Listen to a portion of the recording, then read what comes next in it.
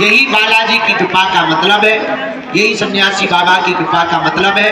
लाखों लोग पावन तीर्थ बागेश्वर धाम पर आते हैं, बाधा से ग्रसित, ऊपरी बाधा से ग्रसित, रोग से, अपनी विपदा को लेकर हारे थके मांदे, टूटे छूटे फूटे, लेकिन बालाजी के दरबार में जैसे ही अपना मत्था रखते हैं, इनकी ऐसी दया, जो भी नियम व पेशी करता है, जो भी परहेज करता है, जो भी नियम का पालन करता है, जो भी पेशी का पालन करता है, इस सबके चेहरे पर मुस्कुराहट ले आते हैं, सबकी खाली झोली को भरते हैं। तो आज मंगलवार पुरानी पेशी का दरबार है। हम तो रात तक भभूति बांटते रहे, चूंकि कल कह दिया था कि भभूति शुरू करेंगे, तो कल जितने हमें मिल गया उनको हमने भभूति, तुम्हें नहीं मिली तो कहा हम क्या कर लेंगे भाई, हमने तो बांटी है, तुम्हें नहीं मिली तो कहे हम बात मत क्या कर लेंगे भाई। हम तो 2 बजे लो बांटत रहे ना, 1-1:30 बजे लो बांटत रहे, फिर हम थक गए थे। अब आज सबको मिलेगी, ठीक है, अपराध मत खाना। कक्का बैठ जा, बैठ जा, बैठ जा, बैठ जा, खड़ोना वो पीछे बांध वाली दिखा, बैठ तो जा, बैठ जाओ, धरती सिंहासन लग के दो कक्का। जय सीताराम। कल भभूति देर तक बांटते रहे, फिर सुबह मंगलवार था इसलिए जल्दी थोड़ा सा लुढ़क गए, और अब तैयार है, अब पूजा पाठ करके नियम धियम करके तैयार है। अब जो भी है तो पुरानी पेशी का दरबार भी लगाना है, और मन कर रहा है नई अर्जी का भी दरबार लगाना है। जो हॉल में बैठे वो भर गाली बकेंगे हमको, पर अब उनकी गाली हमें सुनाई नहीं दे रही है क्योंकि हम बाहर आ गए। जय सिया राम। दरबार थोड़ी देर लगा लेते हैं, जितनी अर्जी लग जाए उतना अच्छा है। वो कहते हैं जितने मुसलमान बने उतने रोजा घटे।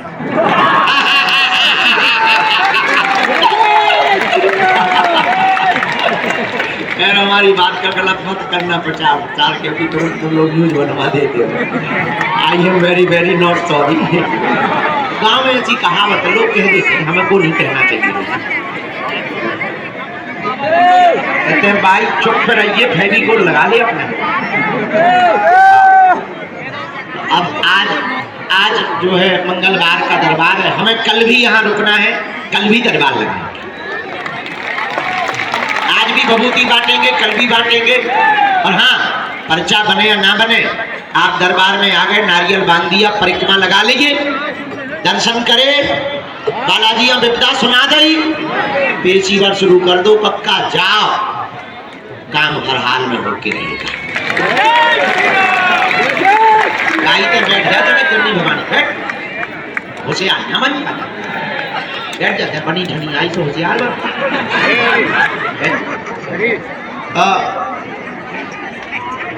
बालाजी के दरबार में ऐसी लीला है, कृपा है, भले ही पर्चा ना बने, पर वो जो है सबकी अर्जी को स्वीकार करते। क्या करते हैं?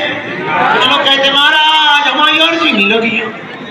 अरे भाई, अर्जी का मतलब पर्चा का बनना नहीं है, नारियल बांध देना, परिक्रमा लगा लेना, तो बालाजी का तुमको बुला लेना, यही अर्जी लगना है। हमारा तो उद्देश्य ही अलग है। हम चाहते हैं तुम्हें दरबारों में ना भटकना पड़े, हम चाहते हैं तुम्हें दर दर ना भागना पड़े, हम चाहते हैं तुम्हारी आंखों में आंसू ना रहे, हम चाहते हैं तुमको धक्के ना खाने पड़े, हम चाहते हैं कोई तुम्हारी मजाक ना बनावे, हम चाहते हैं तुम गुरुओं के चक्कर में ना पड़ो, हम चाहते हैं तुम सदा सदा के लिए हनुमान जी के चक्कर में पड़ो।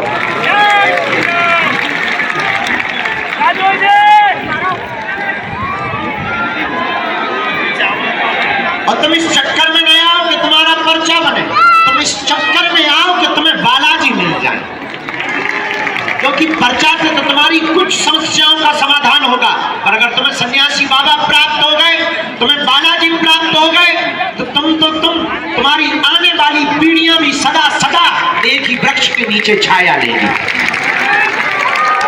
ऐसा पेड़ मत लगाओ जिसमें केवल तुम्हें छाया मिले, ऐसा वृक्ष लगाओ कि तुम्हारी आने वाली पीढ़ियों को भी छाया मिले। वो एक ही वृक्ष है, उसका नाम है हनुमान जी की भक्ति। परिताप है परिसिद्ध। हनुमान जी की भक्ति का ऐसा प्रताप है कि चारों युगों में व्याप्त है। एक बात तुम याद रखना मेरे पागलों, तुम्हें बनाई हुई बातें, तुमको प्रेषित की हुई शब्दें, तुमको बताए हुए उदाहरण लाखों मिलेंगे। एक बात और याद रखना, हमारा उद्देश्य बहुत उल्टा है। हम थोड़ा उल्टा जीवन जीते हैं और बहुत विचित्र तरीके से जीवन जीते। हम ये कभी विचार नहीं करते कि हम तुम्हारा पर्चा बना पाए या तुम्हारी मन की बात बता पाए या तुमको आश्चर्यचकित कर पावे या तुमको कोई चमत्कार दिखा पावे या तुमको किसी शक्तियों के बारे में आभास करा पावे। हमारा उद्देश्य सिर्फ इतना रहता है, तुम्हारा पर्चा बने या ना बने, तुम हनुमान जी के हो जाओ तो तुम्हारा काम सफल हो जाए। इससे बड़ा कोई चमत्कार नहीं है, इससे बड़ी कोई लीला भी नहीं है। तुम जिस लिए आए हो वो काम सफलता के लिए आए हो। हम चाहते हैं कि तुम्हारा काम सफल हो जाए, पर एक बात याद रखना, भटकोगे तो खटकोगे, अटकोगे तो पा जाओ। उनके चरणों को पकड़ लो, कब तक नहीं सुनेंगे। कबहू तो दीन दयाल के भनक पड़ेगी कान, कभी तो वो सुनेंगे। हाँ, भगवान के घर देर है, क्या नहीं है? देर नहीं है। तंत्र मंत्र तांत्रिकों के चक्करों में तुम्हें बातें बहुत मिलेंगी, ठड़ूला मिलेंगे, लेकिन बहुत ज्यादा जीवन में तुमको एक लंबे समय तक के लिए सुख और आनंद पाना है, जन्म जन्म के लिए तुम्हें कृपा पानी है। उसके लिए तुम्हें हर हाल में हनुमान जी का बनना ही पड़ेगा। आज की बात तुम्हें हमारी कड़वी लग सकती है, आज की बात तुम्हें यह भी लग सकती है कि शायद इस प्रकार से बातें क्यों कर रहे हैं। तुमसे ज्यादा विचित्र आदमी हमने दुनिया में देखा नहीं है। तुम 4 दिन में अपना गुरु बदल देते हो, तुम महीने भर में अपने भगवान बदल देते हो, तुम दरबार बदल देते हो, कुछ लोग तो अपना धर्म तक बदल देते हैं। हमें तुम लोगों से ज्यादा वाहियात आदमी नहीं दिखाई पड़ा। हम यही तुमको शिक्षा देंगे, तुम हमारे भी चक्कर में मत पड़ो, तुम हमारे भी पीछे मत पड़ो, तुम हमारी भी बातों में मत आओ। उठ जाओ, खड़े हो जाओ। जिनसे हमारी बिगड़ी बनी, जिनसे लाखों लोगों की बिगड़ी बनी, तुम भी उन्हीं बालाजी और सन्यासी बाबा के हो जाओ। वो सब सुन रहे हैं, वो सब देख रहे हैं, उन्हें सब आभास है।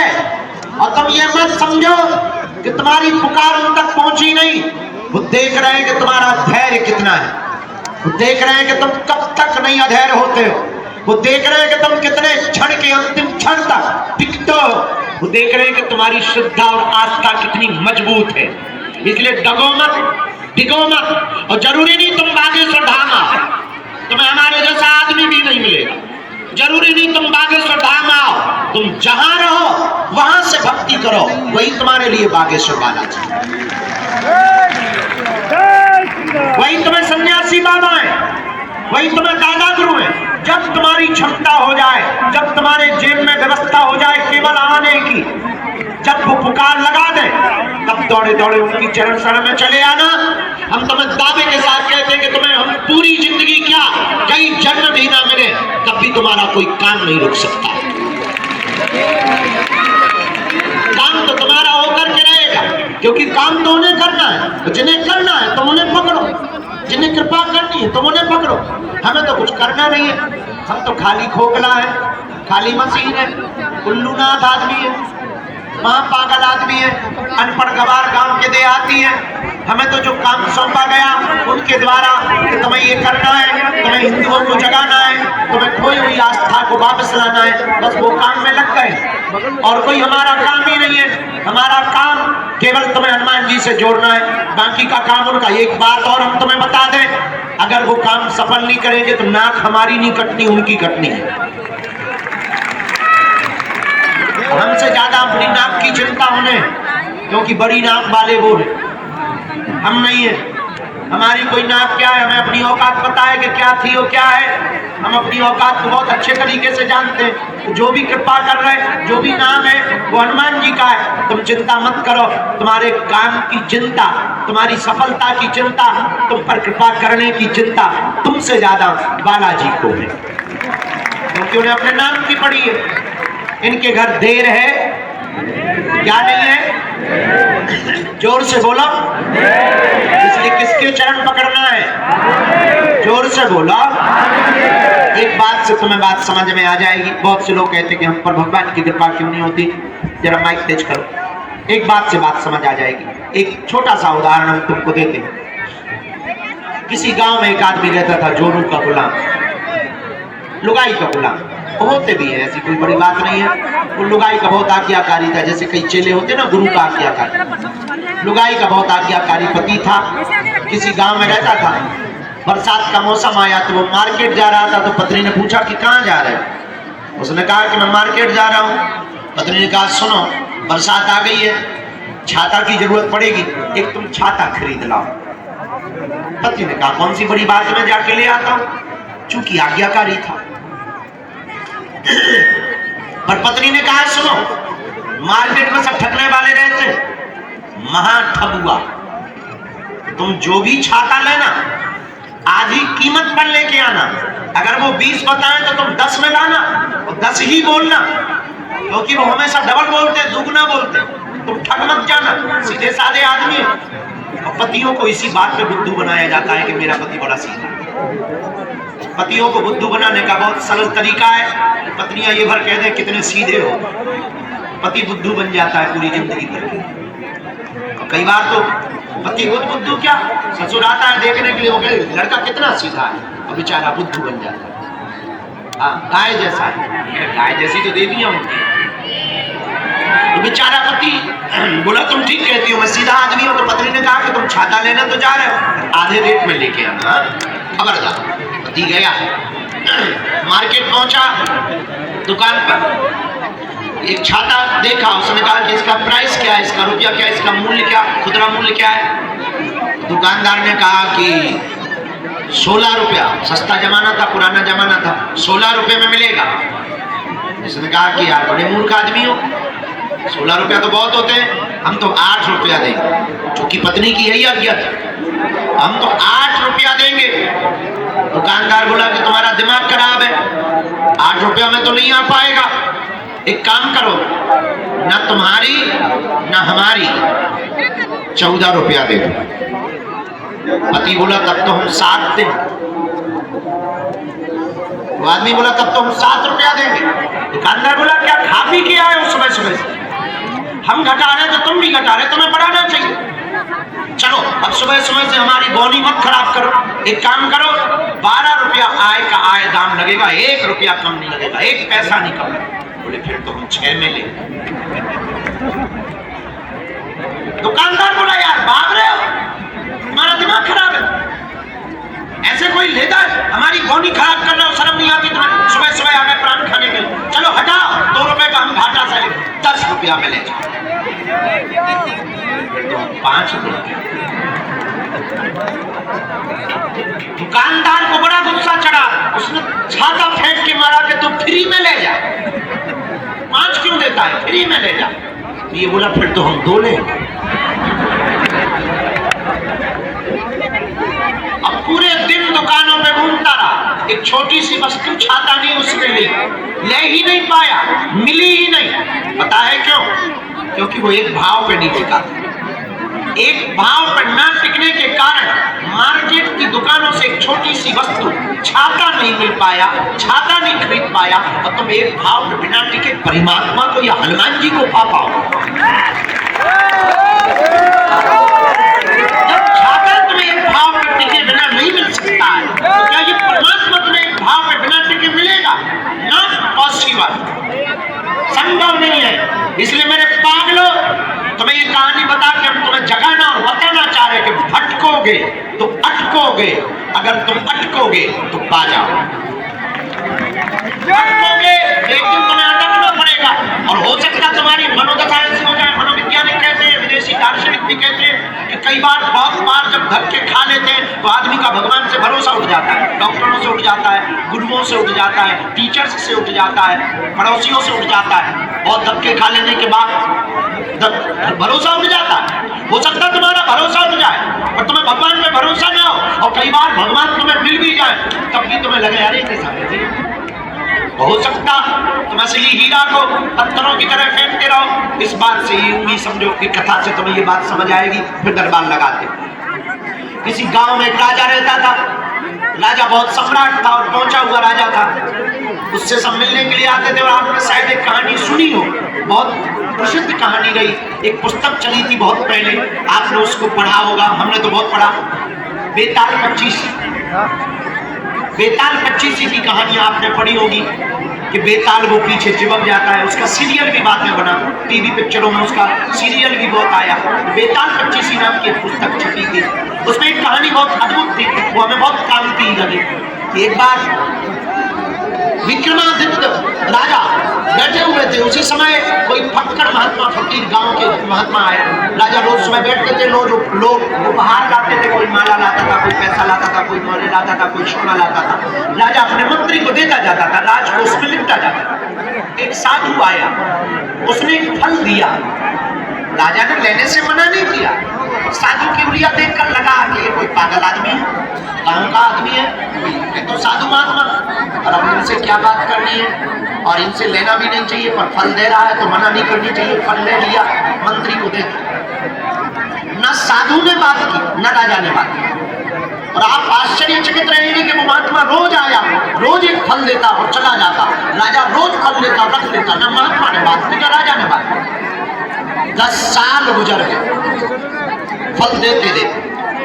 एक दिन एक बंदर बैठा था बगल में, राजा को महात्मा ने फिर फल दिया, वो फल लेकर के उस बंदर को दिया। आज मंत्री को ना देकर के बंदर को फल दे दिया। बंदर ने जैसे ही खाया, उसके फल के बीच से एक चमकता हुआ बेशकीमती हीरा गिर गया। राजा चौंक गया, आज तक इतना बेशकीमती, इतना चमकीला, इतना बड़ा डायमंड, इतना बड़ा हीरा उसने देखा ही नहीं था। चौंका, महात्मा को रोका, ठहरो, और आप 10 साल से हमें देते क्या रहे? महात्मा बोले यही तो देते रहे जो आज दिया। मंत्री को कहा कि 10 साल से जो फल मिलते रहे वो कहाँ है? मंत्री बोला वैसे हम बहुत सावधान आदमी है, हमने फल फेंके तो नहीं है, पर नीचे के गड्ढे में डाल दिए हैं, एक अंडरब्रिज टाइप का है, उसमें हमने जाकर के रखे हैं। राजा ने कहा जल्दी खोलो। जब दरवाजा खोला तो फलों की सड़ंग की दुर्गंध तो आ रही थी, लेकिन उसके भीतर से चमचमाते हुए हीरा दिखाई पड़ रहे थे। ये कहानी शायद तुम्हें समझ में नहीं आएगी, पर थोड़े से समझने से तुम्हें समझ में आ जाएगी कि वो राजा साधारण फल समझ के फेंकता रहा, बेशकीमती हीरा को फेंकता रहा, ना पहचान पाया। अगर वो पहले दिन ही पहचान लेता, शायद कुछ और बड़ा पा जाता, शायद कुछ और जान लेता, शायद गुरु की कृपा और पहले पा लेता। और कई बार हम लोग जानबूझ करके एक भूल कर बैठते हैं, असली हीरा को फेंक देते हैं, कई बार नकली पत्थर को हीरा समझते हैं। अब वो तब होता है जब आप दर दर भटकोगे, असली चीज को छोड़ दोगे, नकली चीज में तुम पड़ जाओगे, बर्बाद हो जाओगे। इसलिए मेरे पागलों, तुम आज तक नकली चक्कर में पड़े हो, तंत्र मंत्र हमारे चक्कर में, ये सब नकली चीजें हैं। असली डायमंड का नाम है बालाजी, जिनसे हमने बालाजी से कृपा पाई है। तुम भी उनको पकड़ लो, तुम भी उस बेशकीमती हीरा को पकड़ लो, तुम भी उस बेशकीमती डायमंड को पकड़ लो। याद रखना, इन्होंने सबकी बिगड़ी बनाई, तुम्हारी भी बिगड़ी बनाएंगे, और एक दिन में किसी की नहीं बनती। हमें भी 12-12 साल तक माथा रगड़ना पड़ा, हमको भी धक्के खाने पड़े, गालियां खानी पड़ी, सेवा करनी पड़ी, रातों भर जगना पड़ा, दिनों भर मंत्र जाप करने पड़े, दिनों गुरुओं के पास जाना पड़ा, गुरु की सेवा करनी पड़ी, सन्यासी बाबा की उपासनाएं करनी पड़ी, तब जाकर के छोटी मोटी सी किरण, छोटी मोटी सी जुगनू, छोटी मोटी सी आशीर्वाद, छोटा मोटा सी चरणों का प्रसाद मिल पाया। ये भी एक दिन में नहीं हो पाया, 12 साल लग गए। आप चाहो तो 12 दिन में तुम्हें हो जाए तो शायद इतनी बड़ी घटना नहीं हो सकती है। याद रखना, बिल गेट्स एक बहुत अमीर आदमी है दुनिया का, बिल गेट्स, उससे पूछा कि आप रातों रात अमीर बन गए, इसका राज क्या है? उसने मुस्कुराते हुए कहा कि हाँ सच है, मैं रातों रात अमीर बन गया हूँ, पर ये किसी को खबर नहीं है वो रात कितनी लंबी थी। इसलिए तुम हमारे पास आए हो तो केवल पर्चा बनवा भर के मत जाओ। पर्चा बनवा के अगर तुम चलेगा तो तुमसे बड़ा उल्लू और बुद्धिमान दुनिया में कोई नहीं समझेगा। केवल पर्चा बनवा के तुम चलेगा तो सिर्फ खोखले चमत्कार में पड़ेगा। और एक बात और याद रखना, तुम हमारे पास जिस दृष्टि से बालाजी के पास आओ, हमारे पास मीन्स बागेश्वर धाम, हम नहीं, बागेश्वर धाम, हम तो बागेश्वर धाम से, तो बागेश्वर धाम पर जिस दृष्टि से आओगे तुम वही पाओ। आप केवल चमत्कार देखने आओगे, तुम्हें यहाँ चारों तरफ सिर्फ चमत्कार दिखाई देगा। तुम आकर के यहाँ तमाशा देखने आओगे, तुम्हें तरह तरह के कार्टून लोग मिलेंगे तमाशेबाज। अगर तुम सिर्फ खाने आओगे तो भंडारे में सिर्फ तुम्हें पूरी मिलेगी। अगर तुम चाय पीने आओगे तो जगह जगह तुम्हें होटल मिलेंगे चाय। अगर तुम मंदिर दर्शन करने आओगे तो तुम्हें लंबी लाइन और धक्के मिलेंगे। अगर तुम बागेश्वर बाबा से सेल्फी लेने आओगे तो सिर्फ फोटो मिलेगी और तुम्हें कुछ नहीं मिल पाएगा। तो तुम जिस दृष्टि से आओगे तुम वो पा पाओगे। और हमें लगता है बेहतरीन दृष्टि वो है जो इसलिए आए कि वो बालाजी का हो जाए और बालाजी तुम्हारे हो जाए। अगर तुम ये पाने आए, अगर ये तुम प्राप्त कर गए तो मेरे पागलों, हम तुम्हें दावे के साथ कहते हैं कि तुम्हारी दुनिया में चार चांद लग जाएंगे, तुम्हारी जिंदगी के देखने का तरीका बदल जाएगा और तुम्हारी जिंदगी में जब जब भी संकट तो आना तय है, सबकी जिंदगी में आते भगवान राम के जीवन में भी मंत्र आफत बनी। ब्रह्म है, उनके जीवन में भी आफतें रही, उनके जीवन में भी उनकी खुद की लुगाई भर गई। अगर आज के जमाने में राम जी होते तो तर्क करने वाले लोग ये कहते वाह काय भगवान खुद की लुगाई छुपा नहीं पाए, खुद की लुगाई को संभाल नहीं पाए, उसी को चोरी करवा दिए, हमारी क्या खाक रक्षा करें। आज के लोग होते तो ये जवाब देते, आज के लोग होते तो ऐसा तर्क देते। और ब्रह्म भी इस पृथ्वी पर आए तो उन्होंने भी यातनाएं, उन्होंने भी कष्ट सहे, पर ब्रह्म ने कष्ट सह करके लीला की है। भगवान